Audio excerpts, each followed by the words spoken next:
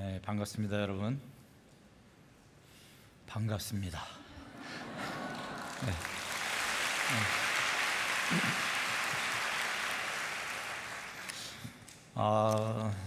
30여 년 전에 저도 여기 앉아서 우리 하 목사님 말씀 듣고 또 이 옛날엔 샤이닝 글로리, 지금 없어졌죠. 거기서 청년부 예배했습니다. 87년, 88년, 89년, 90년, 91년 그리고 파송받았습니다. 제가 사역하는 이슬람은 외식하는 문화입니다. 외식 문화. 그러니까 잘못한 것보다 잘못한 것이 드러나는 것을 더 두려워하는 그런 문화입니다. 그렇기 때문에 이들은 그 입에서 내가 잘못했다, 내가 용서해달라 이런 얘기하는 것이 굉장히 어렵습니다. 도둑질한 것보다 도둑질한 것이 들키는 것이 더 수치스러워하는 그런 문화예요. 근데 그 사람들에게 내가 죄인입니다, 내가 허물이 있는 자입니다 이렇게 고백시킨다는 것은 성령의 도우심이 아니면 불가능합니다. 그래서 성령께서 그 빛으로 그들의 마음을 조명해 주실 때 진정한 고백을 하게 되겠죠. 그 과정은 꽤 많이 시간이 걸리고, 그리고 또 주님께서 도와주지 않으면 불가능한 그러한 사회입니다. 그들을 품는다, 열방을 품는다, 이것은 불가능합니다. 한 번 용서하는 게 아니라 2번 용서하고 3번 용서하고 그래도 똑같습니다. 약속을 하면 약속 잘 안 지켜요. 그리고 자존심이 또 있으니까 기다리다가 저하고 싸우는 거예요. 1시간도 기다려요, 2시간도 기다려요. 안 올 거 뻔히 아는데 계속 기다리다가 화만 쌌다가 나중에 만나면 제가 화를 내버리는 거예요. 그리고서 너 어떻게 된 거냐 그러면 뭔데 이래요. 인샬라, 알라의 뜻이래요. 품을 수 있겠습니까? 주님은 7번 용서할까요? 이렇게 베드로가 얘기했죠. 7번 용서할까요? 여러분, 이것은 보통 이스라엘 사회에서는 3번 용서하면 끝납니다. 가장 보통 용서하는 게 3번이에요. 근데 7번 용서한다는 것은 인간의 한계까지를 얘기하고 있는 거예요. 근데 주님은 몇 번 용서하라고 그랬죠? 70번에 7번, 7번에 70번. 그러니까 몇 번이죠? 490번. 잘 세야죠. 그 얘기는 뭐죠? 안 변한다라는 겁니다. 안 변하는 것을 전제로 사랑한다, 이게 성교입니다. 안 변하는 것을 전제로 사랑한다. 근데 저 같은 선교사들은 아니, 나는 사랑하고 사랑하다가 안 변하면 그 사람을 버려두고 다른 사람을 찾아서 또 사랑하고, 그러다 또 안 변하면 또 내쳐버리고 또 다른 사람을 찾고 하는 그런 선교사였습니다. 나는 한 사람을 품는다는 것이 얼마나 힘든지 하나씩 배워가고 있습니다. 저는 옛날에 제가 사랑이 많은 사람이라고 생각했어요. 근데 알고 보니까 정말 사랑이 없어요. 사랑할 수 없는 존재다라는 것을 제가 알게 되었습니다. 오늘 제게 부탁한 이 설교 주제가 열방을 품으라예요. 열방을 품으라. 제가 제일 싫어하는 제목입니다. 왜냐하면 제가 열방을 잘 품지 못하고 있기 때문에 그래요. 여러분, 우리가 열방을 어떻게 품겠습니까? 우리에게는 그런 마음이 없습니다. 열방을 품을 수 있는 사람, 아니 열방을 품을 수 있는 분은 오직 한 분밖에 없어요. 하나님의 형상들에 대한 사랑과 눈물, 긍휼이 있으신 우리 주님뿐이 없습니다. 우리에게는 열방이 사실은 너무 멀리 있어요. 그럼에도 불구하고 주님의 마음이 우리에게 임하면, 주님이 우리에게 임하시면 열방을 품는 일은 쉽고 가볍습니다. 여러분, 우리 하나님께서 우리 사랑하시는 거 아시죠? 네, 아까 우리 형제가 찬양할 때 저도 위로받으라고 그랬는데 유도받았습니다. 네. 우리 아버지, 내 주님, 참 우리를 사랑하시는 분이십니다.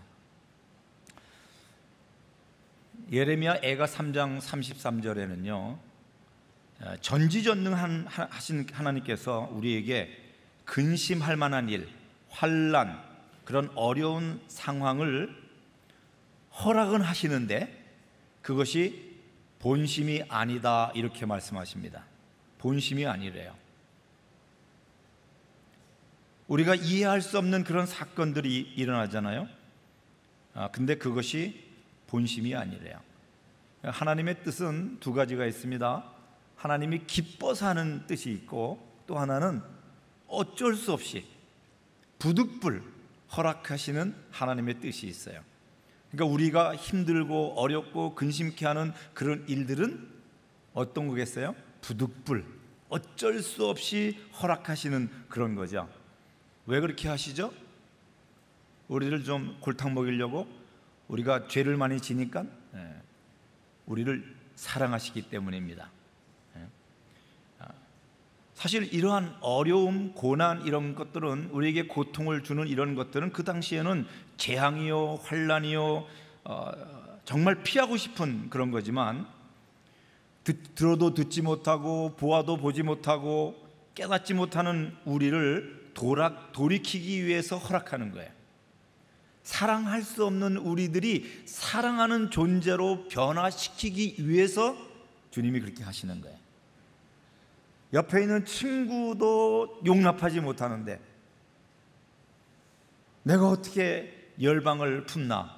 바로 그러한 사람들을 위해서 주님께서 꾸짖기도 하시고 책망도 하시고 어려운 일도 행하시게 하는 거예요.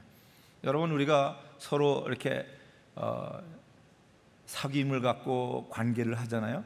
여러분, 관계에는 항상 뭐가 있는지 아세요? 갈등이 있습니다. 그 갈등을 해결하는 게 사랑이에요.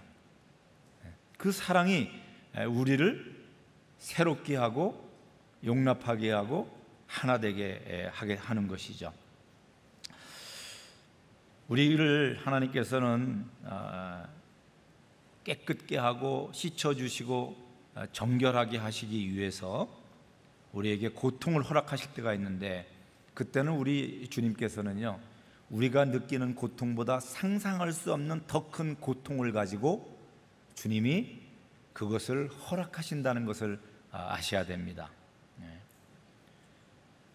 심지어는 창자가 끊어지는 그런 고통을 가지고 하나님께서 그것을 허락하세요.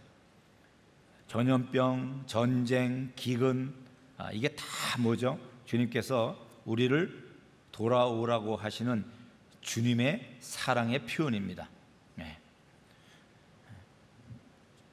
주님의 마음에는 우리를 사랑하는 마음 외에 다른 마음이 없어요. 우리를 사랑하는 마음뿐이 그분의 마음에는 하나도 다른 게 없어요.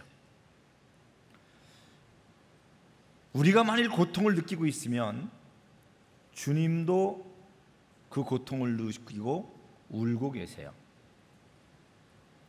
우리를 향해서 늘 안타까워하시고 기도하시고 울고 있는 그 마음이 하나님 아버지의 마음이죠. 주님은 우리들의 슬픔, 고통, 그것을 다 가져가시고 우리들을 자유케 하려고 하시는 분이에요. 우리를 행복하게 해주시려고 하시는 분입니다. 이 마음이 아비의 마음인데요,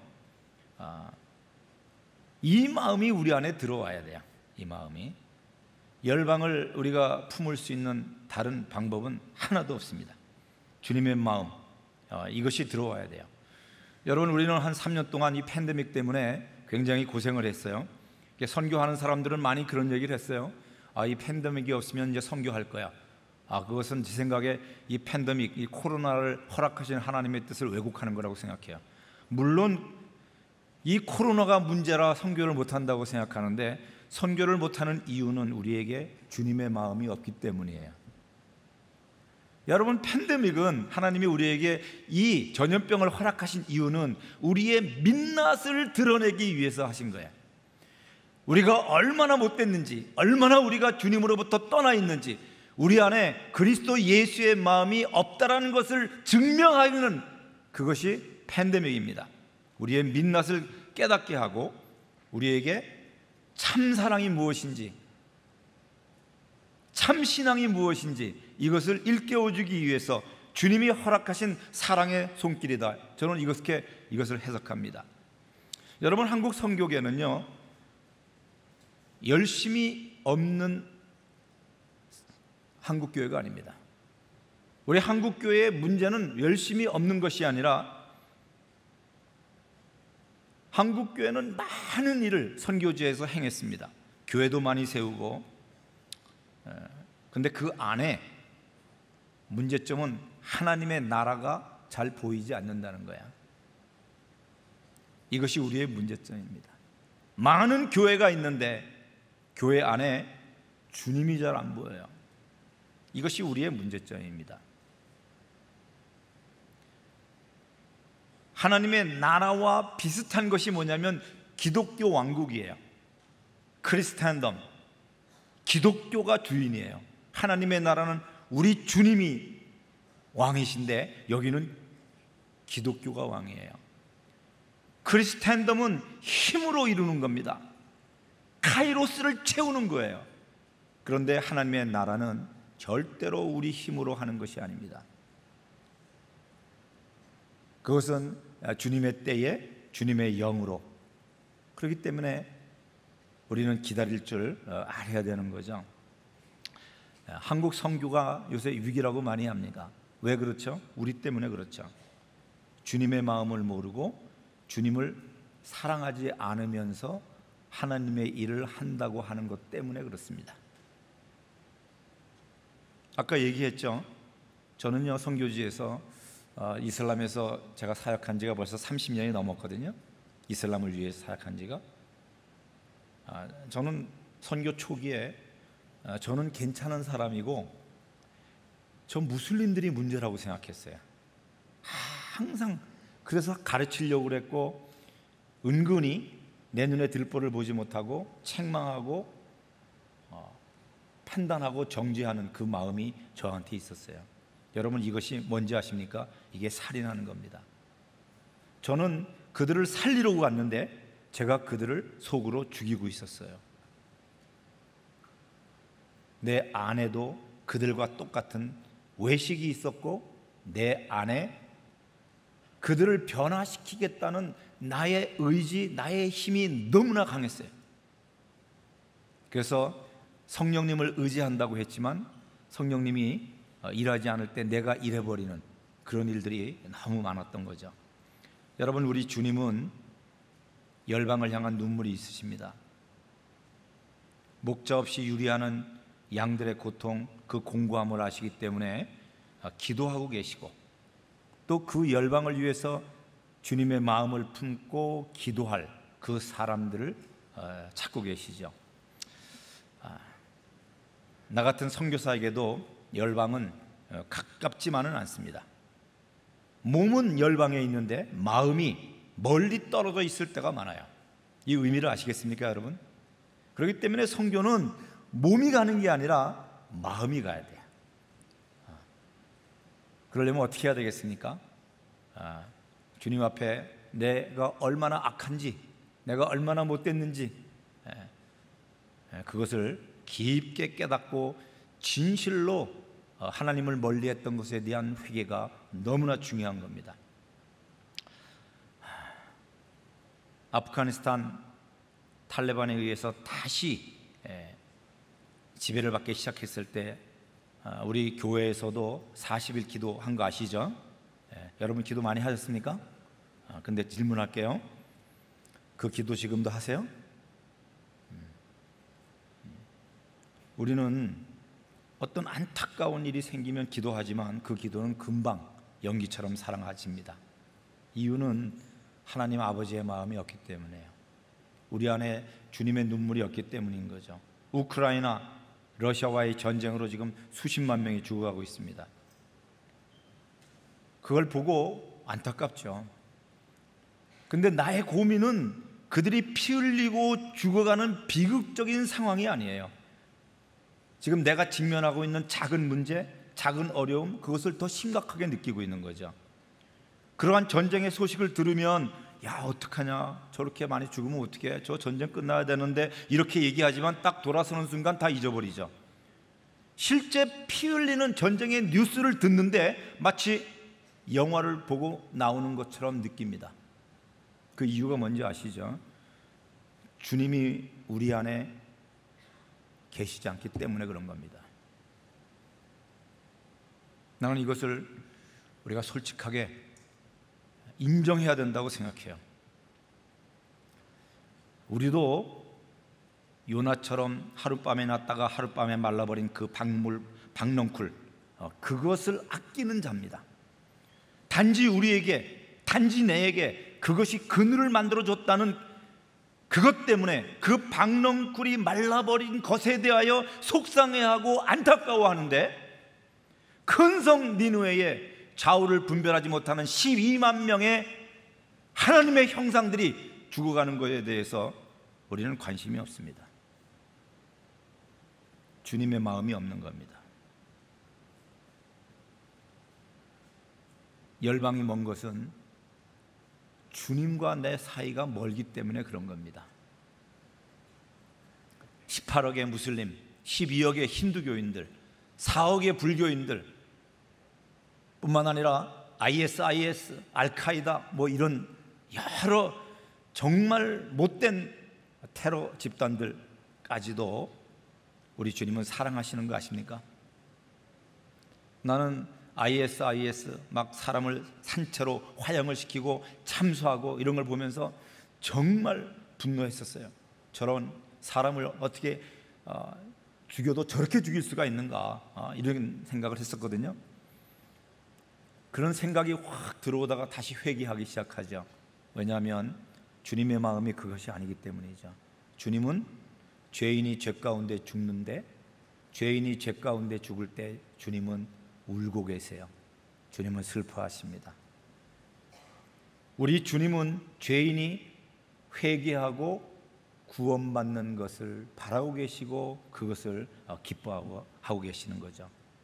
모든 나라와 민족과 백성과 방언들이 다 주님을 알고 돌아오기를 주님이 기다리고 있어요. 여러분, 그 모든 민족들은 우리가 사랑해야 될 대상들입니다. 무슬림들은 우리가 처부셔야 될 대상이 아니라 우리가 사랑해야 될 대상입니다. 주님은 우리에게 이 하나님 아버지의 마음, 이 사랑을 우리에게 주시기 위해서 이 땅에 오셨습니다. 2000년 전 말씀이 육신이 돼서 이 땅에 오셨죠. 그 무슨 일을 하셨습니까? 우리 주님께서 말씀을 가르치셨죠. 하나님 나라를 선포하셨죠. 그리고 약한 것, 병든 것 고치시고 귀신도 내어 쫓고 많은 기적도 행하셨습니다. 3년 반 공생애 가운데 우리 주님은 많은 사람들을 만났습니다. 병든 자들, 세리들, 장기들, 또한 바리새인 서기관들, 많은 무리가 주님을 찾아왔고 주님을 따랐었습니다. 그런데 여러분 기억해 보십시오. 사복음서에서 주님이 칭찬하신 사람들이 몇 명이나 될까요? 굉장히 희귀합니다. 손에 꼽을 정도죠. 그 첫 번째가 세례 요한입니다. 여자에게서 난 자 중에 저보다 큰 자가 없다. 엄청난 칭찬이죠. 세례 요한, 광야에서 회개하라, 천국이 가까웠다. 주의 대를 수축하고 그의 첩병을 평탄케 하라, 이렇게 얘기했을 때 그 세례 요한에 대해서 주님은 굉장한 존경심을 표했습니다. 그리고 또 누가 있죠? 나사로의 누이, 누구죠? 마리아. 주님이 돌아가신다는 것을 느끼고 향유 옥합을 깼었죠. 그 향기가 그 방에 가득했다고 그랬습니다. 제자들은 야단쳤습니다. 낭비했다고. 원래 복음은 낭비하는 거야. 그때 뭐라고 그랬죠? 우리 주님이 복음이 전파되는 곳에 이 여인이 행한 것도 전파라고 했습니다. 알려지게 하라. 엄청난 칭찬입니다. 예수님이 감동받았다는 거죠. 그런데 더 이상 유대인 가운데서는 칭찬한 걸 제가 못 봤어요.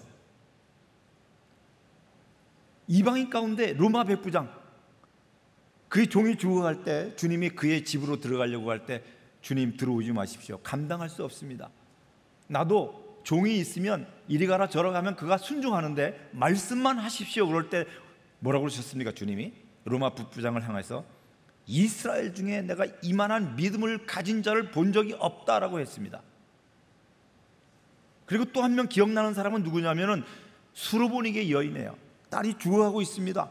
부르짖습니다. 제자들은 시끄럽다고 그를 제재합니다.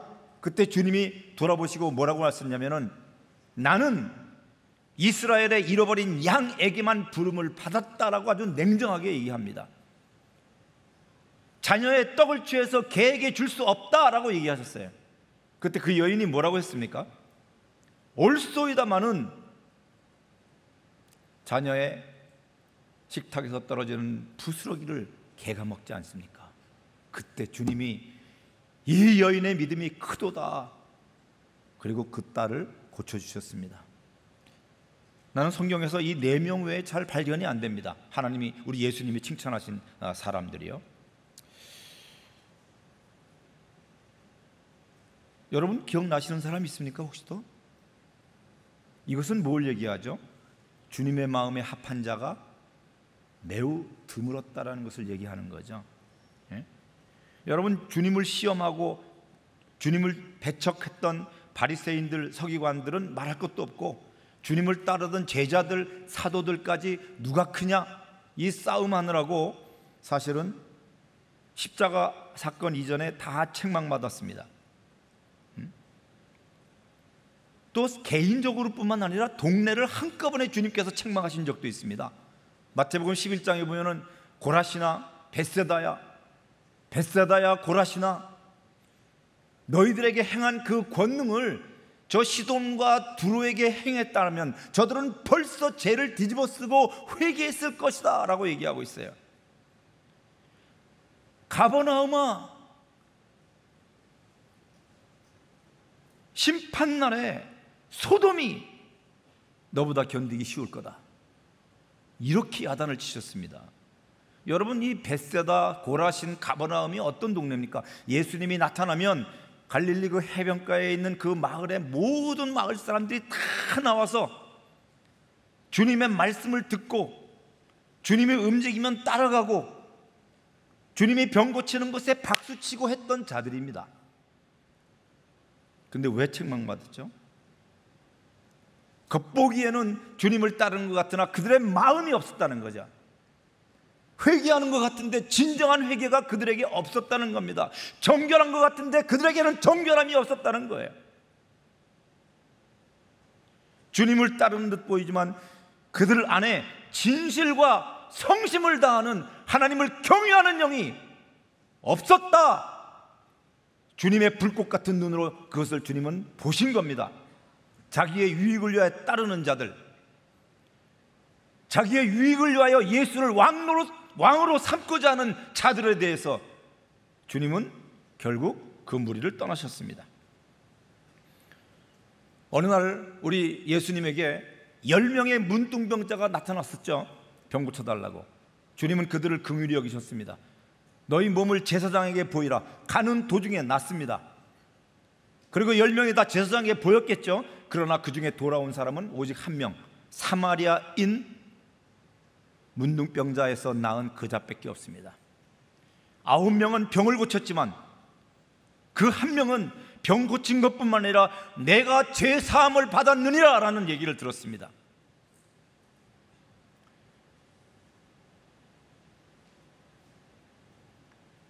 나는 제가 오래전에 예수를 믿게 된 것은 제가 의사입니다. 그래서 제가 누가라는 이론을 쓴 건데 본과 3학년 때 제가 예수를 믿게 됐습니다. 그때 저는 등산 다니고 뭐 이 운동하고 이런 걸 너무 좋아하는 공부 잘 안 하는 의대생이었는데 아팠어요. 근데 이것이 고질병이었어요. 낫질 않아요. 움직이기가 어려웠어요. 그래서 학교를 휴학하고 집에서 머물고 있을 때 큰 낙심과 좌절이 왔어요. 왜냐하면 3개월 되니까 찾아오는 친구들이 없어요. 외로웠어요. 정말 움직이기도 어렵고 그때 친구가 준 성경을 보다가 제가 참 신기한 책 때문에 이 성경이 너무 신기하더라고요. 이 성경이 한국말로 됐는데도 이해가 안 돼요.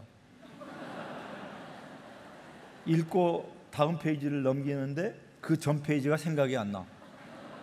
아파서 그런가? 왜 이러지?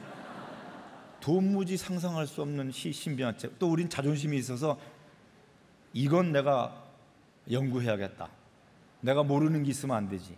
그래서 성경을 보기 시작했어요. 그리고 참 신기했던 것은 아니 왜 미국 얘기가 안 나오지? 아니 왜 구라파 얘기가 안 나오지? 맨 유대인 얘기네. 내가 얼마나 무식했는지요. 예? 여러분 이런 사람들이 많이 있습니다. 영적으로 무지한 사람이 우리 주변에 깔려 있어요. 우리가 정말 배워야 됩니다. 그때 어느 날 나는 주님의 반문을 받았습니다. 그때 저는 막 너무너무 감동하고 너무너무 기뻤어요. 그래서 방에서 펄쩍펄쩍 뛰면서 놀래서 들어오신 우리 어머니한테 어머니 됐어요 그랬어요. 됐어요. 뭐가 됐냐? 이제 나 죽어도 돼요. 죽어도 살아요. 그걸 깨달았어요. 부활의 주님. 죽음 별로 뭐 두렵지만 두렵지 않습니다. 여러분 그때 제가 제일 먼저 깨달았던 게 뭐냐면요, 이런 겁니다. 우리 아버님이 의사하셨거든요. 우리 아버님 의사 선생님이었는데 이제 자꾸 시간이 너무 많이 가는데 이러면 의사하셨는데 제가 어릴 때 이제 시골에서 개업을 하셨는데 이렇게 전화가 와요. 밤에 아기 낳는다고. 그러면 이제 엄마 아빠 두 분이 일어나셔서 이제 왕진 깔 준비를 하시는 거예요. 그러면 거기 안방 옆에 붙어 있는 마루방이 있었는데 거기서 미역, 쌀, 그리고 기저귀 천, 이 세 가지를 다 싸서 어머니가 주시면 아버지가 그거 갖고 가는 거예요. 그 왕진 갔다 오시면 뭐라는 얘기냐면은 여보 출산료 받았어요. 그러면 나중에 고구마 캐면 갖고 온대 그러시더라고요. 제가 그런 얘기 듣고 자랐어요. 그래서 나도 그게 뭔지 모르지만 좋아 보였어. 나도 의사가 되고 싶다. 근데 자꾸 제가 굉장히 좋은 고등학교를 다녔었는데 자꾸 의대를 떨어지는 거예요. 사수해서 들어갔어요, 의대를. 그러니까 근데 예수를 믿고 나서 내가 하나님이 살아계시구나 이걸 알고 정말 내가 후회했던 게 뭐냐면 내가 의대 들어온 걸 후회했어요. 아니 의대 들어올 필요가 없었던 거예요. 예수만 믿으면 되는데. 여러분 아시죠? 시편 23편 여호와는 나의 목자시니 내게 부족함이 없으리로다. 여러분 그거 번역이 잘못된 건지 아세요? 내게 부족함이 없다 하면은 예수님이 목자셔서 자동차도 있고 집도 있고 뭐 다 있다, 그래서 부족함이 없는 걸로 오해할 수 있어요. 그 원래 원어의 뜻은 그게 내게가 아니에요. 나는이에요. 주어예요. 나는이. 여호와는 나의 목자이시기 때문에 나는 부족함이 없다예요. 차도 없고 집도 없고 직업도 없고 돈도 없고 아무것도 없어도 나는 부족함이 없다. 이것이 예수 믿는 자의 모습이에요. 이것이. 나는 부족함이 없다. 여러분, 예수 믿는데 부족한 게 있어요? 목자를 놓친 거예요. 목자를. 예수 그리스도를 잃어버린 거예요.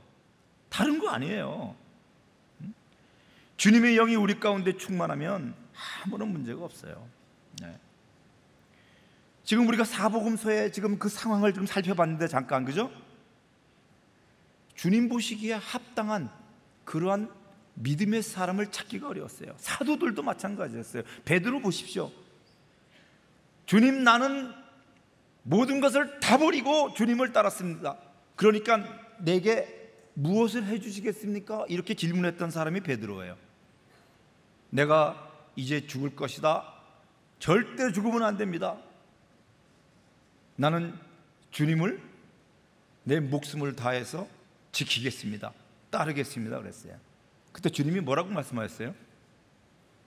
닭이 2번 울기 전에 네가 3번 부인할 거라고 그랬어요. 비천한 여 계집종 앞에서도 내가 예수 그리스도의 제자다라는 얘기를 못했어요. 나는 이것이 우리들의 현실이라고 생각해요. 그것이 내 모습이에요. 난 여러분들은 잘 모르겠어요. 그러나 나는 그래요. 내가 30여 년 동안 선교사를 했지만 나는 내가 죄인이라는 걸 부인할 수가 없어요. 내가 내 의지로 내가 뭔가 할 수 있는 존재라는 것을 점점 더 많이 포기하게 돼요. 정말 nothing to do. 그 내 마음에는 나는 정말 예수가 필요한 자다. 이것밖에 없어요. 예수 아니면 살 수 없다라는 거예요. 그러나 나는 무익한 종이다. 여러분, 이사야 1장에서 그 얘기 나오잖아요. 성전의 뜰만 받는 자들아, 너희의 많은 재물이 내게 무엇이냐? 나는 그 짐승의 피 기뻐하지 않는다. 예배를 드리려고 나오면서 동시에 악을 행하는 너희들, 나는 견디지 못하겠다. 이것이 주님의 말씀이에요. 두 마음을 품고 내게 보이러 나오는 누가 그것을 요구했느냐? 이것은요, 여러분, 우리가 신약에서 보면 바리새인들 서기관들한테 주님이 말씀하시잖아요. 회칠한 무당 같은 자들아, 이 독사의 자식들아. 이게 무슨 말인지 아시죠? 욕이 아닙니다. 사랑한다, 이 독사의 자식들아, 이겁니다. 돌이켜야 된다, 이 말씀입니다. 나는 너에게 내 나라, 내 기업, 내 영광을 나누고 싶은데 그 상태로는 나의 나라를 줄 수가 없다는 거야. 내가 거룩하니 너희도 거룩하고 내가 온전하니 너희도 온전하라. 거룩함이 없이는 나를 볼 수 없다. 그래서 하나님이 우리를 흔드시려고 하시는 거예요. 그래서 꾸짖는 거죠.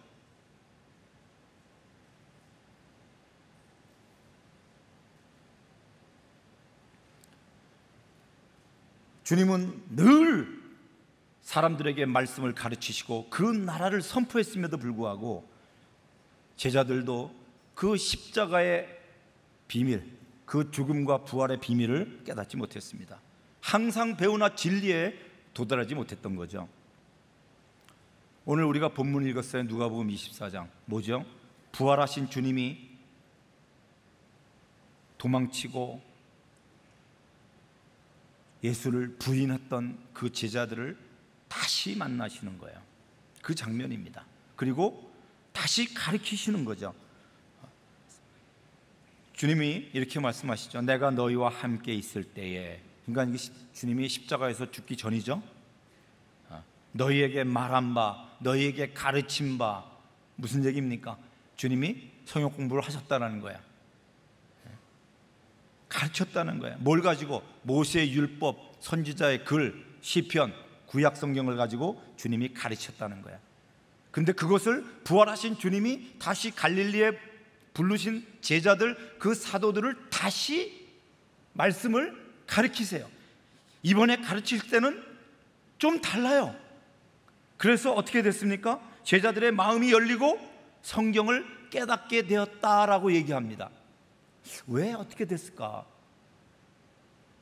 왜 제자들의 마음이 열리고 그들이 이 비밀을 깨닫게 됐을까? 그것은 예수 그리스도의 죽음과 부활을 보았기 때문이죠. 그죠? 목격했기 때문입니다. 또 하나는 자기들이 얼마나 부족한지, 믿음이 없는지, 마음이 뚝 떨어져 있는, 심령이 가난하고 심령이 애통하는, 부끄러움 가운데 있는 가난한 마음이었기 때문에 주님의 말씀이 그들의 신비 가운데 새겨진 거죠. 옛날에는 바위에 먹물로 쓴 것처럼 마치 거울을 보고 자기 얼굴을 보고 돌아가는 순간 내 얼굴이 어떻게 생겼는지 기억이 잘 안 나요. 그렇게 말씀을 받는데, 여러분, 우리도 그렇게 많이 말씀을 보죠? 저희들은 공동생활을 하고 있거든요. 제가 이제 공주에서 올라왔는데 이제 선교사들, 선교사 후보생들, 우리 전임 사역자들 한 50명이 아침마다 말씀을 한 3시간씩 보거든요. 보고 성경을 딱 덮었는데 그렇게 좋은 말씀을 내가 나눴는데 오늘 무슨 말씀을 나눴지? 이럴 때가 있어요. 이럴 때가 아주 종종 있어요.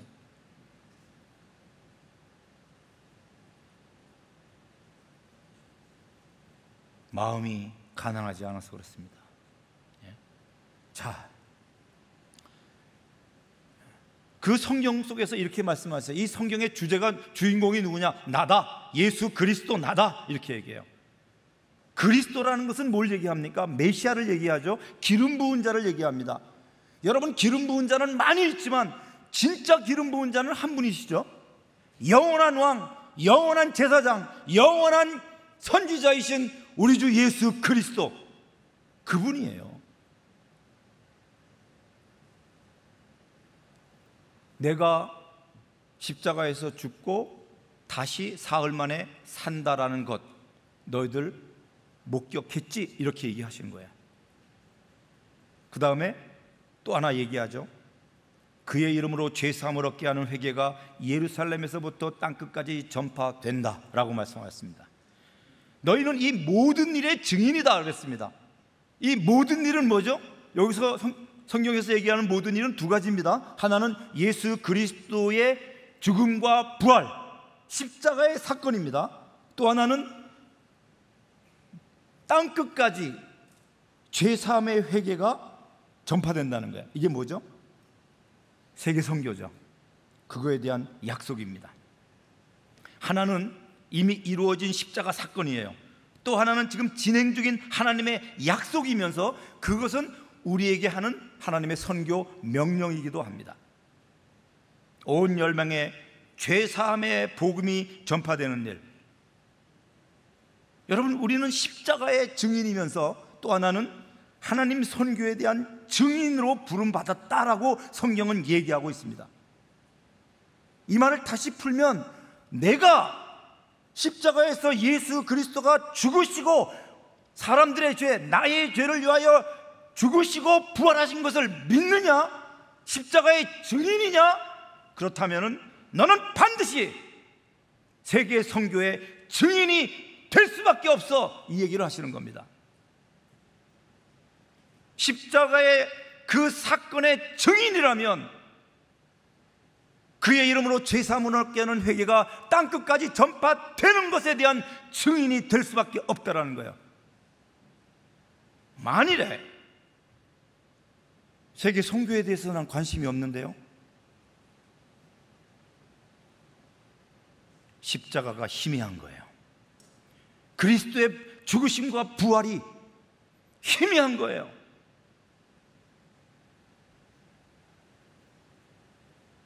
이것은 주님이 우리에게 남겨놓으신 약속이면서 우리에게 부탁하신 너무나 중요한 선교 명령입니다. 주는 그리스도시요 살아계신 하나님의 아들이십니다. 이것을 고백하는 자에게 남겨놓으신 명령, 증인이 되라는 겁니다. 저는 2월 달에 이집트에서 이라크에서 나온 MBB들을 만났습니다. MBB들이라는 것은 이슬람에서 개종한 그리스도인을 얘기합니다.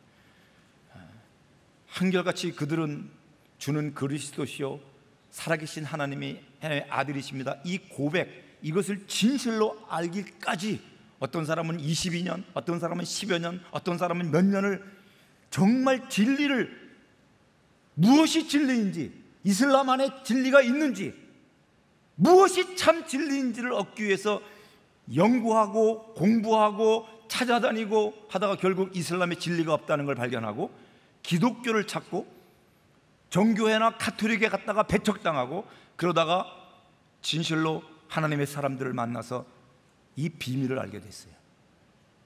성령께서 그들을 역사하셨어요. 그리고 고난과 핍박 속에서 그 고백을 붙들고 있는 그들을 보았어요. 저는 그때 사실은 가리키는 입장이잖아요. 근데 너무 부끄러웠어요. 왜냐? 나에게는 주는 그리스도시요 살아계신 하나님의 아들입니다, 이것은 너무나 평이한, 너무나 당연한 고백이에요. 근데 그들에게는 그것이 생명이에요. 너무너무 부끄러웠어요. 우리는 이 모든 일에 십자가 사건, 예수가 당신을 위하여 피 흘려 죽으셨습니다. 당신의 죄를 씻기 위해서, 속량하시기 위해서 주님이 돌아가셨습니다. 이 증인이에요, 우리가. 또 하나는 잃어버린 나라와 민족과 방황 가운데 그들이 이 예수 그리스도의 이름으로 죄상을 받는 회개가 그들 가운데 임하도록 하는 것, 이것을 누가 한다? 하나님이 하시겠다는 얘기예요. 우리를 통해서 하시든지 하나님이 직접 하시든지 하시겠다라는 겁니다. 그것에 우리가 증인이라는 거죠. 여러분, 열방보다 우리가 먼저 예수를 알았습니다. 죄사함 받고 구원의 길에 들어섰습니다. 왜 그렇죠? 우리가 그보다 더 착하게 살고 선하고 탁월하고 의롭고 그래서 그렇습니까? 아니에요. 우리가 더 심각해서 그런 겁니다. 우리가 더 심각한 존재라. 주님의 눈에 우리를 지금 구하지 않으면 하나님의 진노가 먼저 임할 그러한 부정한 존재들이기 때문에 이 긴박한 하나님의 심판에 직면한 쇳덩어리 우리들을 먼저 구원하신 거예요. 아무 공로도 없는데, 한 일도 없는데, 여러분, 우리가 이 은혜를 받았습니다. 이 사랑을 받은 자예요. 그 사랑의 깊이, 지옥 저 불구덩이, 저 불구덩이에서 거기까지 내려오셔서 피 묻은 손으로 우리를 건져오셨어요. 사랑의 깊이, 그리고 하늘 보좌에까지 우리를 올려주신 거 아니에요? 그래서 그분 혼자 누려야 될 그 영광을 우리에게도 같이 나누어 주고 계신 거예요. 이 놀라운 하나님의 사랑, 영원 전부터 영원 후까지 그 사랑의 길이, 아담과 하와로부터 장차 우리 다음 세대 주님이 다시 오실 그때의 모든 인류에까지, 태초부터 영원 전부터 영원 전까지 모든 하나님의 형상을 다 품고 계시는 하나님의 이 놀라운 사랑의 너비, 우리는 이 은혜를 받은 자예요. 이 은혜. 여러분, 저는 얼마 전에 정말 너무 하나님께 그 이 은혜에 감사한 적이 있었어요. 역대하 6장에 보면 이런 말씀이 나와요. 역대하 6장은 솔로몬이 성전을 마련하고 법궤도 넣고 여러 가지 성전의 기구들을 다 이제 제자리에 놓은 다음에 하나님의 성전을 향해서 솔로몬이 기도하는 장면이 나오고, 그리고 백성들을 축복하고 그리고 하나님께 기도하는 장면이 나오거든요. 그 1, 2절이 성전을 향해서 솔로몬이 했던 그 기도문이에요. 그게 뭐냐면 이런 겁니다. 그때 솔로몬이 여호와께서 캄캄한데 계시겠다 말씀하셨사오나 내가 주를 위하여 거하실 전을 건축하였사오니 주께서 영원히 거하실 처소로소이다. 제 마음에 팍 들어왔던 게 뭐냐면요, 캄캄한 곳에 계시겠다고 말씀하신 여호와 하나님, 우리 주님이 캄캄한 곳에 계시겠대요. 이게 뭐야? 이게 무슨 뜻인가? 그 찾아봤더니 영어로 보는 In the thick cloud of darkness예요. 어둠의 빽빽한 구름 가운데 계시겠다라는 거예요. 딱 떠오르는 게 시내산이에요. 시내산에 그 천둥과 번개 깜깜한 빽빽한 깜깜한 구름 가운데 계신 우리 하나님. 이스라엘 백성들은 두려워서 접근도 못했죠. 참 이해가 안 됐어요. 우리 주님은 빛이신데 빛과 어두움은 동이 서에서 먼 것처럼 같이 할 수 없는데 왜 어두움 가운데 계시는가? 이유는 금방 생각났어요. 나 때문이구나. 우리 때문이구나. 죄 가운데 있는 우리, 그 하나님의 영광 앞에 죽을 수밖에 없는 우리 때문에 주님이 어두움 가운데 그렇게 싫어하시고 그렇게 혐오하시는 그 흑암 가운데 주님이 계신 거예요. 그런데 이제 솔로몬이 성전을 멋있게 만들고 그리고 지성소에 법궤를 놓으셨어요. 그리고 말씀하시죠. 법궤 위에 두 그룹 사이에서 내가 듣고 말하겠다. 거기 계시겠다. 그걸 속죄소라고 그러죠. 법궤 위에. 여러분, 근데 그 지성소가 어떤 곳입니까? 지성소는요, 신에 사는 넓기라도 하죠. 지성소는 진짜 10큐빗이니까 얼마 되지도 않아요. 정사각형에 창문 없어요. 위에는 성막은 4겹으로 돼 있고 성전에는 정말로 1년 내내 빛이라는 것은 들어올 수 없는 그런 깜깜한 곳이에요. 거기에 가다 놓으신 거예요. 거기에 주님이 일부러 갇혀서 들어오신 거예요. 그러다가 지금 주님이 지금 어디에 계시지? 아니, 내 안에 계시잖아. 아니, 이렇게 음란하고 부정하고 완악하고 움직이면 죄 짓는 내 안에 주님이 계시다는 이더니, 아니 이게 도대체 이게 은혜가 아니고 뭔가? 내 안에 주님이 오시기 위해서 그 오래 전부터 주님의 경륜을 따라 낮아지셔서 결국 이 부정한 내 안에까지 오신 우리 하나님, 마음이 그냥 팍 깨져버렸어요. 그날 아침에. 이제 성령으로 내 안에 계시는 주님, 얼마나 불편하실까? 내가 죄를 질 때마다 주님은 얼마나 고통스러울까?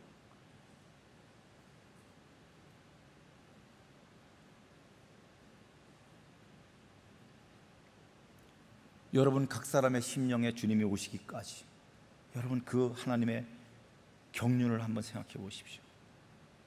한 어마어마한 은혜를 받은 자입니다. 여러분, 주님은 비유로 천국을 얘기하잖아요. 마태복음 13장에 보면 겨자씨 비유가 나와요. 천국은 마치 자기 밭에 갖다 심은 겨자씨 하나를 갖다, 이 씨는 모든 씨보다 작은 것이로되 자란 후에는 나무보다 커서 나무가 되매 공중의 새들이 와서 그 가지에 깃들 것이다, 이렇게 얘기했어요. 잘 하시는 말씀이죠. 네. 여러분, 이것은 천국은 확장된다라는 얘기를 주로 합니다. 그러나 저는 그렇게 보이지 않습니다. 그것도 있지만 정말 핵심적인 것은 이거 같아요. 여러분, 겨자, 제가 이스라엘에서 겨자를 많이 봤습니다.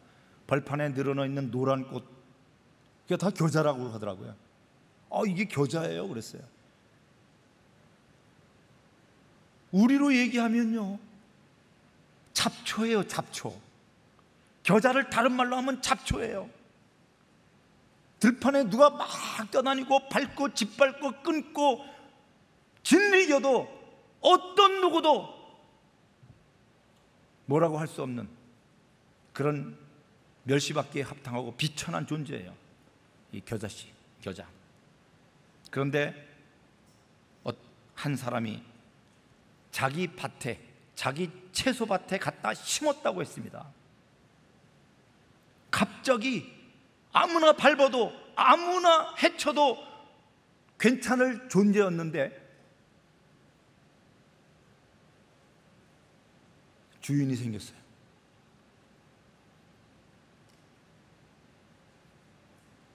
어떤 주인의, 채소밭 주인의 소유가 된 겁니다.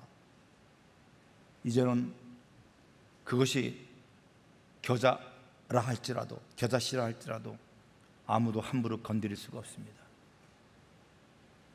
여러분, 겨자는 풀이에요, 풀. 근데 그 풀이 나무가 된다고 그랬어요. 풀과 나무는 완전히 다른 존재입니다. 식물이지만 이건 뭐죠? 존재가 바뀌었다는 겁니다. 이걸 뭐라고 그러죠? 은혜라고 그러는 겁니다. 천국은 은혜로 시작된다. 천국은 은혜예요. 우리는 이 은혜를 받은 자들이에요. 은혜를 받은 자를 아는 자는 움직일 수밖에 없어요. 여러분, 우리가 잘 아는 말씀처럼 베드로전서 2장 9절에 보면 너희는 택하신 족속이요 그의 소유된 백성이다라고 했어요. 이것이 은혜예요. 여러분, 여기 소유라는 것은 보물이라는 뜻이에요. 히브리 말로 세큘라, 항상 주인의 주머니에 넣고 다니는 떨어지지 않는 보배를 얘기하고 있는 겁니다. 보석을 얘기하고 있는 거예요. 하나님이 우리를 그렇게 은혜로, 새로운 피조물로, 하나님의 백성, 하나님의 자녀로 우리를 삼으셨다는 거죠. 왜 그렇게 하셨죠? 우리를 어두운 데서 불러내어 그 기이한 빛에 들어가게 하신 목적이 뭐죠? 그 아름다운 덕을 선전하기 위함입니다. 우리가 은혜를 받았다면 그리스도 예수의 그 아름다운 덕, 그 나라의 아름다움, 그 신성, 거룩, 영광, 그 공의로움, 이것을 드러낼 존재가 되어야 된다는 걸 얘기하는 겁니다. 그것이 뭐죠? 그것이 바로 거룩한 나라요 왕같은 제사장의 직분입니다. 그것이 베드로 사도도 그렇게 얘기했고 계시록의 사도 요한도 똑같이 얘기했습니다. 너희들이 주님의 소유되고 어두운 데서 빛 가운데 사단의 권세에서 하나님 나라로, 어둠에서 빛으로 건져냄을 받은 존재들인가? 너희의 부르심은 나라와 제사장이다라고 했어요. 나라와 제사장. 너희는 거룩한 나라요 왕같은 제사장이라는 거야. 여러분, 나라는 뭡니까? 나라로서의 부르심은 존재예요, 존재. 비잉이에요, 비잉. 하나님 나라와 그 나라의 아름다움을 드러내는 삶이에요. 사람들이 그를 보면 하나님 나라가 저렇게 아름답구나, 저렇게 놀랍구나, 사랑이구나, 용서구나, 거룩하구나, 정결하구나, 공의롭구나, 이것을 느끼게 하는 존재라는 거예요. 구원의 길이 무엇인지 왕 대신 예수 그리스도를 똑바로 보여주는 그런 존재라는 거예요. 당연히 그 사람에게는 그리스도의 향기가 흘러 넘칠 겁니다. 내게 있는 모든 존재의 근거가 하나님께 있다, 이것을 드러내는 직분이에요. 이것이 나라로서의 부르심이에요. 하나님의 나라를 증거하고 보여줄 수 있는 거룩한 울림을 가진 존재로서 우리가 거듭나도록 주님이 우리를 부르셨다는 거예요. 왜 십자가에서 돌아가셨는가? 나라로 부르시기 위해서. 또 하나는 두잉이죠. 제사장으로서의 부르심입니다. 제사장의 부르심은 뭡니까? 죄를 씻겨주는 역할입니다. 당연히 죄를 씻겨주시는 분은 우리 주님이시죠. 그러니까 주님께로 인도하는 거예요. 한 사람 한 사람을, 그리고 열방까지도 하나님께로 초청하는 일을 하는 것이 제사장인 거예요. 나라가 되기 위해서는 결국 나라는 하나님을 사랑하는 존재입니다. 하나님을 사랑한다는 것은 자기를 미워해야 되고 나의 옛사람을 미워해야 되는 거죠. 나를 부인해야 돼요. 내 뜻, 내 의지, 내 감정을 내려놓고 주님의 뜻을 따라가는 사람이에요. 그 사람이 나라의 부르심에 합당한 삶을 할 수 있습니다. 제사장의 삶은 다른 사람을 주님께로 이끌어와야 되는데 힘으로 못 이끌어옵니다. 그를 마음으로 이끌어오기 위해서는 예수님의 삶, 십자가를 지는 삶이 그에게 있어야 됩니다. 다시 한번 정리할까요? 나라로서의 부르심, 이것은 자기를 부인함으로 내가 다른 사람을 위하여 제물이 되고, 그래서 하나님 나라의 신성과 그 아름다움을 드러내는 그런 삶입니다. 당연히 하나님을 사랑하는 자입니다. 또 제사장으로서의 부르심은 이웃을 사랑하는 삶입니다. 내가 죽어서 다른 이들을 십자가의 사랑으로 실천하는 삶이에요. 이것이 더 나아가면 열방을 품고 긍휼히 여기고 열방을 위해서 기도하는 그런 자가 되는 것이죠.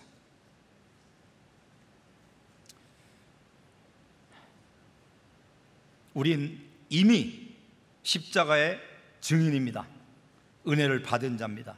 그 은혜를 기억하는 자는 그렇다면 세계 선교의 증인이 될 수밖에 없다라는 거예요. 돼야 된다가 아닙니다. 너희들이 되도록 노력해야 된다가 아니에요. 되어진다예요. 주님을 알면 선교는 되어진다는 겁니다. 여러분, 선교의 부르심은 내가 선교의 부르심이 있느냐 없느냐의 차원이 아니에요. 선교의 부르심은 깨닫느냐 깨닫지 못하고 있느냐의 차원입니다. 예수를 믿는 사람은 모두 다 선교에 대한 부르심이 있어요. 그것을 깨닫고 있느냐 깨닫지 못하느냐의 차원이라는 거예요. 주님의 사랑을 맛본 자, 예수 그리스도의 십자가의 그 은혜의 감동과 감사와 그것을 경험한 자들은 당연히 제사장으로서, 열방의 제사장으로서 세계의 선교에 그의 이름으로 죄사함을 얻게 하는 회개가 전파되는 것에 증인의 삶을 살 수밖에 없는 거죠.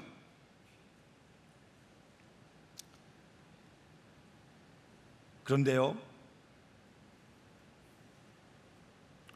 우리가 하나님을 사랑하고 이웃을 사랑하는, 또 열방까지도 사랑하는 그런 삶으로 부르심을 받았는데 이것을 우리 스스로 행할 수 있는 사람은 없어요. 나는, 제가 선교사지만 나라와 제사장의 부르심대로 살 능력이 없습니다. 증인으로서의 삶 쉽지 않습니다. 여러분, 증인이라는 말은 헬라어로 말튀스라고 합니다. 말튀스. 거기에서 순교자, 영어 마터, 순교자, 그게 여기서 나온 거예요. 말튀스에서. 즉 증인이 된다는 것은 순교적 삶을 요구하는 거예요. 아니, 예수님이 십자가에 죽고 부활했는데 뭐 그거 얘기하는 게 뭐 어려운가? 이렇게 생각할 수 있어요. 여러분, 무슬림에서 개종한 MBB 형제들이 이것을 증인할 때 어떻게 되는지 아시죠? 많은 박해와 환난이 있습니다. 여러분, 로마서 10장 9절 10절에서 예수 그리스도를 주라 입으로 시인하고 하나님께서 죽은 자 가운데서 살리신 이를 마음으로 믿으면 구원이다라고 했어요. 이거 동네 애들한테 하는 얘기가 아닙니다. 이거 어디서 창이 목을 찌르고 있고 칼이 우리 심장을 겨누고 있고 저기 울타리에서는 굶주린 사자가 으르렁거리고 있을 때에 묻는 거예요. 너의 왕은 누구냐? 로마 황제냐? 그리스도냐? 주는 그리스도시요 살아계신 하나님의 아들이십니다. 이 말은 죽음을 의미하는 겁니다. 그게 증인의 삶이에요. 제가 이라크에 우리 형제들을, 몇몇 형제들을 만나고 지금 그 형제들이 교회를 하고 있는데, 그들은 이라크 전쟁 때 감옥에 있었어요. 복음을 전하다가 잡혀 있었거든요. 4명의 형제들을 나중에 만났는데 그들이 저한테 요구했던 게 이런 거였어요. 교회를 세울 수 있도록 공개적으로 교회를 하고 싶은데 한국 교회가 도와달래요. 그래서 제가 질문했던 게 이겁니다. 위험하지 않냐? 테러 안 당하냐? 왜냐하면 그 당시에도 막 총을 쏘고 장갑차가 지나다니고 그랬거든요. 그때 제가 바그다드에 있을 때. 그랬더니 막 웃어요. 그리고 얘기하더라고요. 안전하다는 것은 사고 안 당하는 것이 아닙니다. 안전하다는 것은 테러 안 당하는 거 아닙니다. 안전하다는 것은 죽지 않는 것, 죽음을 피하는 것이 안전한 것이 아니라 예수 그리스도 안에 있는 것이 안전한 것입니다. 우리는 죽어도 안전합니다. 도와주세요.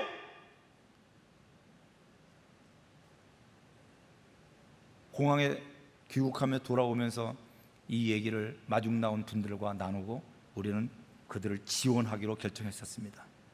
여러분, 이것이 증인으로서의 삶입니다. 이것이 우리 힘으로는 어떤 사람도 이렇게 할 수 없어요. 그러나 오직 이것을 해낼 수 있는 힘이 있어요. 그것이 뭔지 아시죠? 십자가의 사랑.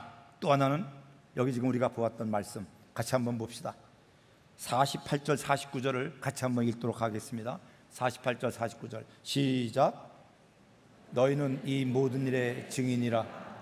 볼지어다 내가 내 아버지께서 약속하신 것을 너희에게 보내리니 너희는 위로부터 능력으로 입혀질 때까지 이 성에 머물라. 아버지께서 약속하신 건 뭐죠? 성령. 위로부터 능력이 입혀질 때까지 가지 말라는 거예요. 기다리래요.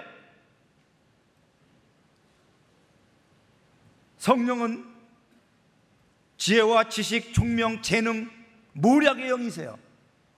하나님을 두려워하고 경외하는 영이요 거룩한 여호와의 영, 일곱 영의 역사가 있는 것입니다.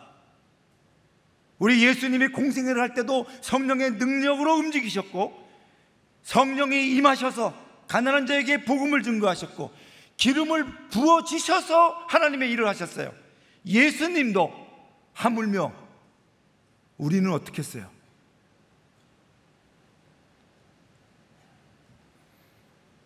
여러분, 이슬람 지역에 가면 단기팀이 가잖아요. 그럼 여기서 열심히 기도하고 갔는데도 딱 들어가면 분위기가 좀 뭐라고 그럴까? 침침하죠. 회색 빛깔이죠. 여기저기 이슬람 사원이 보이고 때가 되면 막 마이크에서 아잔, 꾸란을 읽고 수염이 길게 난 사람들이 있고 보기만 해도 좀 무섭고 자매들은 다 뒤집어 쓰고 다니고 주눅이 들어요. 무엇을 해야 될지를 몰라요. 그러나 하룻밤 자고 새벽에 깨서 같이 말씀을 펴고 말씀을 나누고 그 말씀을 붙들고 기도하고 성령을 구하고 그리고 주님을 바라보고 주님의 십자가를 바라보고 주님의 아름다움을 다시 기억하면 여기도 우리 주님이 통치하고 계시구나. 이 땅의 왕이 우리 주님이시구나. 그래서 비로소 증인으로서 담대함이 생겨서 나가서 복음을 증거할 수 있습니다. 여러분, 이 십자가의 복음을 증거하는 것, 이것은 참 사람들에게는 뭐죠? 헬라에게는 꺼리끼는 것이고 유대인들에게는 미련한 것이라고 했습니다. 여러분, 이슬람에서 이것을 증거하는 것은요 참 쉽지 않습니다. 왜냐하면 그들은 예수 그리스도가 십자가에서 죽었다고 생각하지 않습니다. 그것은 잘못된 정보라고 생각합니다. 예수 그리스도를 그들은 그냥 예수 그리스도가 성령으로 잉태한 걸 그들은 믿습니다. 왜냐하면 꿀 안에 그렇게 써있기 때문에. 그리고 예수 그리스도가 창조의 능력이 있다는 것도 믿습니다. 왜냐하면 꿀 안에 그렇게 써있기 때문에. 예수 그리스도는 죄 없는 의인이라도 믿습니다. 병 고치고 능력이 있는 분이라는 것도 믿습니다. 그는 탁월한 선지자라는 것을 믿습니다. 그러나 그 의인 죽지 않고 승천했다고 생각하고 다시 오실 이슬람의 선지자라도 믿습니다. 그러니까 딱 두 개가 틀립니다. 하나는 하나님의 아들 되신 것, 예수 그리스도의 신성, 말씀이 육신에서 이 땅에 오신 것을 부인합니다. 또 하나는 십자가가 없어요. 그 십자가가 없으면 어떻게 구원받겠어요, 여러분? 우리 죄를 씻어주시는 속량자 예수 그리스도가 없어요. 그네들은 그걸 믿지 않아요. 그러니까 자기 의로, 자기 힘으로, 그러니까 마치 유대인들, 바리새인들과 서기관과 똑같습니다. 그래서 이슬람을 우리는 어떻게 표현하냐면 유대교의 아랍화라고 표현합니다. 율법 아래에 있는 자들입니다. 그들은 자기 의로 구원을 받으려고 노력합니다. 그렇기 때문에 자기 권리를 주장합니다. 그렇게 하지 않는 사람을 판단하고 정죄하는 그런 것들이 난무합니다. 그렇기 때문에 자기가 잘못됐다는 것을 얘기하지 않습니다. 그러나 우리는 뭐죠? 우리는 주님의 빛 앞에서, 말씀 앞에서 우리가 죄인인 걸 압니다. 정말로 괴수라는 걸 알아요. 내가 짐승이구나를 압니다. 그래서 어떻게 하죠? 권리를 포기하죠. 자기를 부인하고 하나님의 은혜 아니면 살 수 없는 존재라는 것을 우리는 아는 겁니다. 택시를 타면요, 딱 묻습니다. 중국이냐 일본이냐? 그러면 한국이다. 그러면 아, 좋은 나라. 네. 남이냐 북이냐? 남이다. 아주 좋은 나라. 반드시 묻죠. 종교가 뭐냐? 당연히 그들은 불교라고 얘기할 것 같은데 나는 기독교이다 라고 얘기하면 그들은 깜짝 놀랍니다. 그러면 딱 뒤돌아보면서 얘기합니다.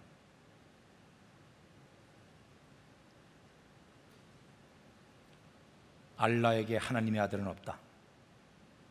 성경은 변질되었다. 예수 그리스도는 죽지 않고 그냥 승천했다. 이 얘기를 합니다. 여러분, 이것은 이슬람에서 이 증인으로 내가 목격한 것, 내가 손으로 만지고 눈으로 본 것을 증거한다는 것을, 그것을 시인한다는 것은 그들에게 참으로 분노를 사게 하고 그들의 마음을 상하게 하는 일입니다. 쉽지가 않죠. 그런데 성령이 우리 가운데 있으면 이것을 할 수 있습니다. 성령이 오시면 도망치지 않아요.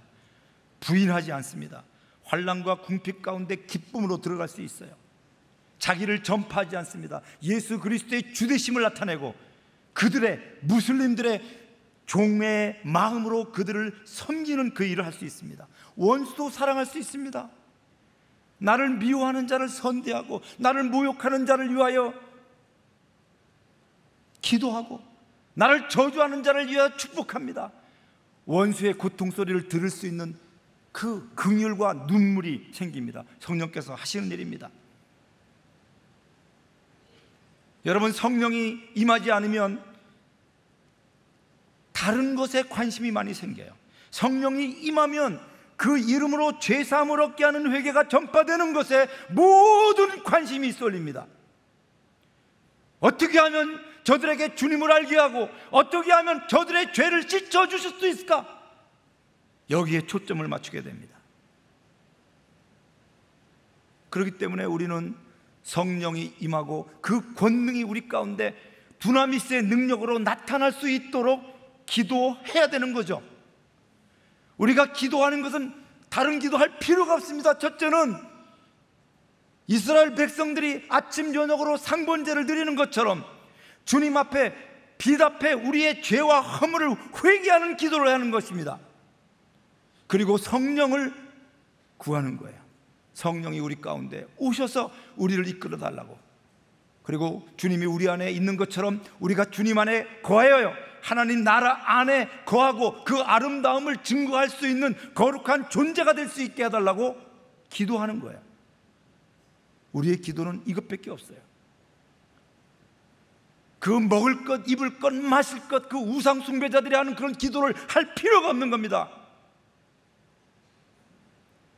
그의 나라와 그의 의를 구하는 기도, 성령께서 무엇을 기도할지를 알려주실 거예요.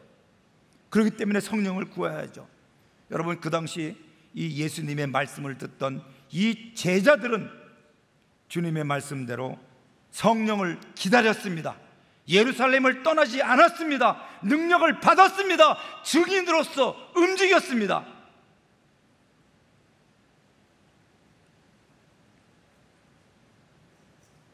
그들은 전에는 보이는 것만 보았는데 이제는 보이지 않는 것을 볼 수 있는 눈이 생겼습니다. 여러분, 성령을 받아서 충만하면요, 하지 말라고 해도 합니다. 하지 말라고 해도 해요. 여러분, 밭에 감추인 보화를 발견한 자처럼, 여러분, 우연히 밭에 보화를 발견했어요. 어떻게 하시겠어요, 여러분? 꿈이야다, 꿈이구나 하고 가요, 그냥? 그런 사람이 있어요? 온 재산을 다 팔아서 그것을 사겠죠, 그죠? 다른 사람은 말릴 거예요. 저 돌밭을 왜 사냐? 저 쓸데없는 거 왜 사냐? 제가 예수 그리스도를 알고 주님께 헌신하고 선교사가 되려고 그럴 때 우리 집사람들은 보따리를 싸고 말렸어요. 네가 의사가 돼가지고 이제 좀, 근데 지금 뭐 하는 짓이냐 이랬어요. 여러분, 열왕기하 2장에 보면 엘리야가 승천하는 장면이 나옵니다. 길갈에서 이 엘리야가 얘기합니다. 너희들 여기 다 머물러 있어라. 거기에는 선지 생도들이 있었고 엘리사도 있었습니다. 근데 엘리사가 따라와요. 머물러 있으라고 해도 따라와요. 그 다음에 베델까지 갑니다. 거기까지 따라와요. 거기서도 또 얘기합니다. 머물러 있어라 엘리사. 그래도 따라와요. 여리고까지 갑니다. 거기도 따라와요. 다른 생도들은 오늘 우리 선생님이 승천하신다는 걸 알고 있음에도 불구하고 그들은 움직이지 않습니다. 그런데 엘리사는 따라와요. 그리고 결국 요단 강변에 섰죠. 엘리야가 돌아보면서 엘리사에게 얘기합니다. 네가 무엇을 원하느냐? 뭐라고 했죠? 갑절의 영감을 구하기를 원합니다 그랬어요. 갑절의 영감을 구한다는 거예요. 그때 엘리야의 대답은 뭐였습니까? 내가 어려운 것을 구한다라고 했어요. 여러분, 뭐가 어려운 거죠? 뭐가 어려운 거예요? 갑절의 영감을 주는 것이 어렵습니까? 아닙니다. 갑절의 영감을 가지고 사는 그 삶이 어려운 겁니다. 선지자로서 사는 삶은 고난이요, 환난이요, 핍박이요, 박해요, 눌림과 우겨쌈이 있는 것입니다. 권위자, 왕과 임금과 충돌을 해야 됩니다. 그들의 죄와 허물을 하나님이 말씀하신 대로 증거하는 삶을 살아야 되는 거예요. 그런데 엘리사는 그 환난과 궁핍과 고난의 길을 택하겠다고 한 거예요. 왜 그렇죠? 보이지 않는 하나님의 영광을 본 겁니다.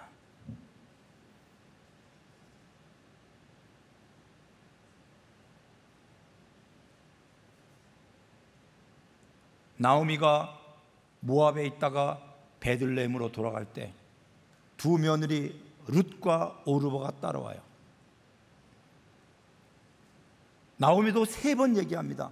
며느리들아 돌아가라, 돌아가라, 돌아가라. 거기 가면 정말 가난하다, 거지처럼 살 거다. 또 얘기했죠. 너희들은 평생 과부로 살 거다. 너희들이 결혼할 기회가 없다. 성경에는 안 나왔지만 이것도 얘기했을 거예요. 거기 가면 너희들은 뭐다? 개 취급받는다.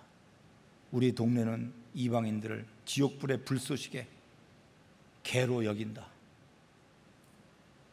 따라오던 오르바는 돌아가고 룻은 나오미를 따라가면서 얘기하죠. 어머니의 하나님이 나의 하나님이요, 어머니가 가시는 곳에 저도 가겠습니다. 여러분, 그 고난과 핍박 속에 왜 들어가죠? 보이지 않는 하나님의 영광을 보았기 때문입니다. 선교는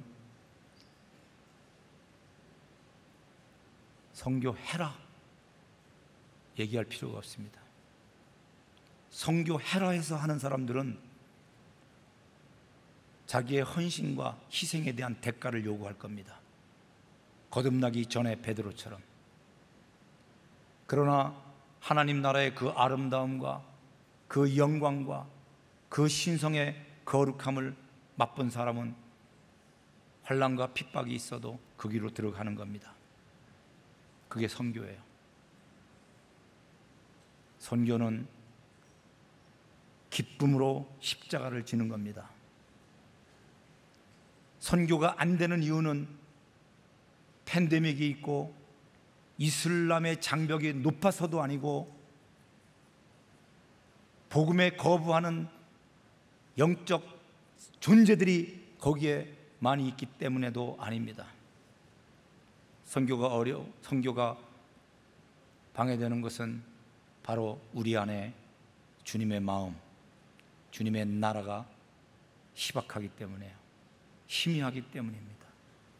우리 안에 성령을 의지하는 그 믿음이 연약하기 때문입니다.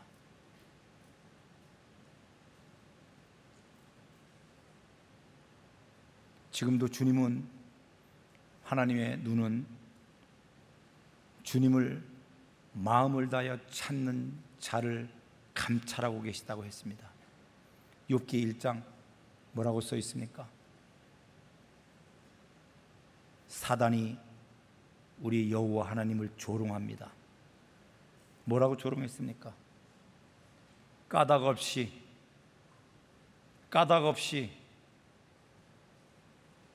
여호와를 경외하는 자가 어디 있습니까? 라고 물었어요. 그렇게 조롱했습니다. 다 자기를 위해서 뭔가 얻을 먹으려고 주님을 따른다고 조롱한 겁니다. 그 마귀는, 그 사단은 실제로 그 얘기는 틀리지 않았어요. 많은 사람이 그랬습니다. 그러나 우리 주님이 말씀하셨죠. 까닭 없이 여호와를 경외하는 자가 어디 있습니까? 우리 주님이 말씀하셨어요. 아니다. 내 종 욥을 보아라. 내 종 욥을 보아라.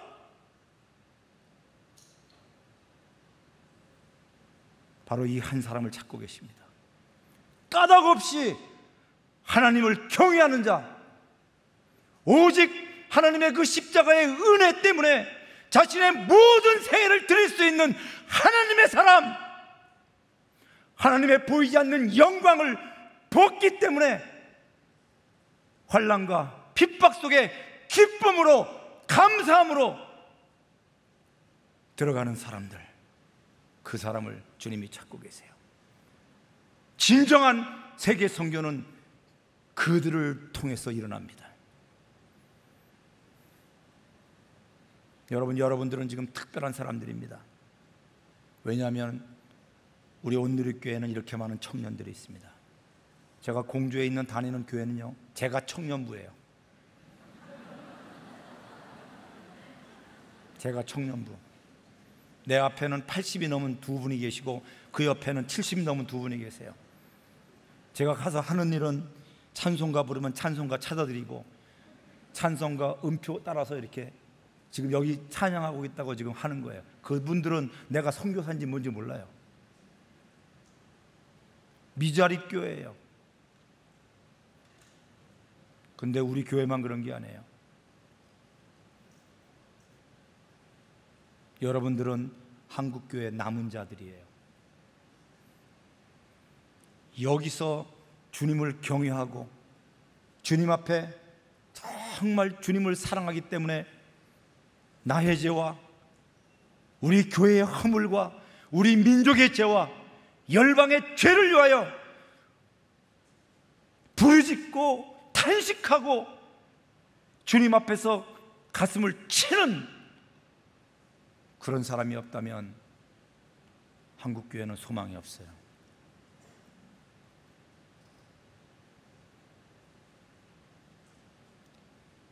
제가 부러워하는 사람이 있습니다. 옛날에는 여러 사람이 있었어요. 공부 잘하는 애들, 잘생긴 애들, 피부 고운 애들, 여러 가지 있었습니다. 여자친구 있는 애들. 근데 제가 주님을 만나고서는 제가 부러워하는 사람이 변했어요. 우는 자입니다. 주님 앞에서 우는 자예요. 자기의 부정함 때문에 형제의 부정함을 안고 울며 씨를 뿌리는 자입니다. 저는 그 사람이 부러워요. 이제 아마 이 부러움의 대상은 앞으로 변하지 않을 것입니다.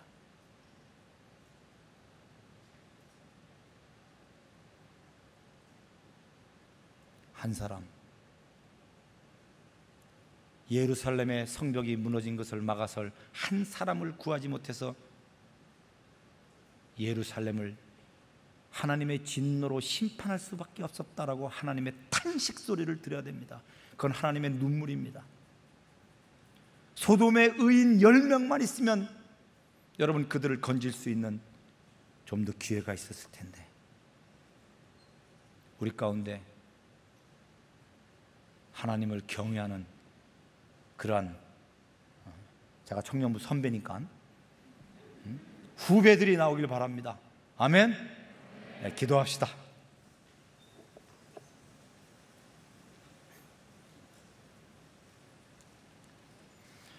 여러분, 선교하려고 애쓰지 마십시오.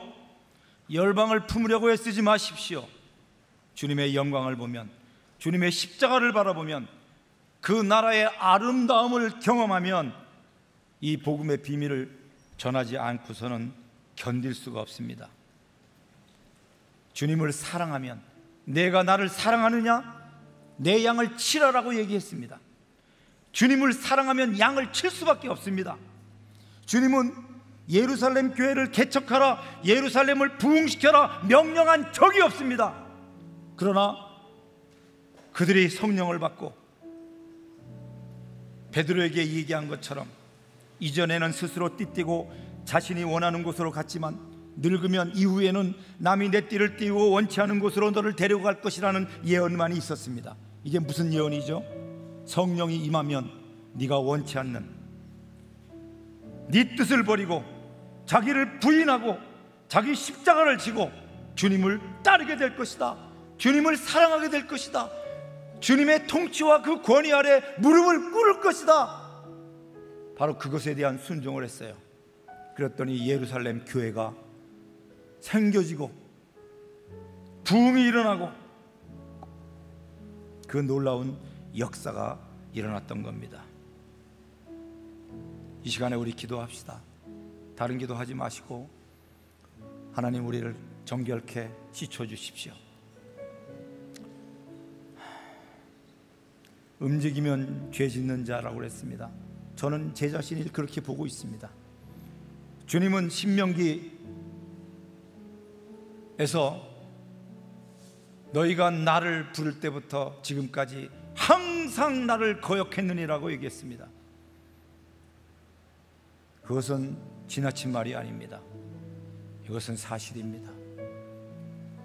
우리가 주님을 뵙기 위해서는 주님의 피로 그 정결함을 덧입어야 될 것입니다. 주님, 우리 영혼의 문설주와 임망마다 예수의 피뿌림이 있게 해주십시오. 예수의 피로 우리를 씻겨주십시오. 주님을 떠나서 주님이 없이 하나님을 일을 하려고 했던 우리의 허물을 용서해 주십시오. 왕 대신 주님을 붙들지 아니하고 스스로 왕 되려고 하고 내 힘으로 주님을 섬기려고 했던 우리의 죄를 용서해 주십시오. 같이 한번 주여 하고 기도하겠습니다. 주여,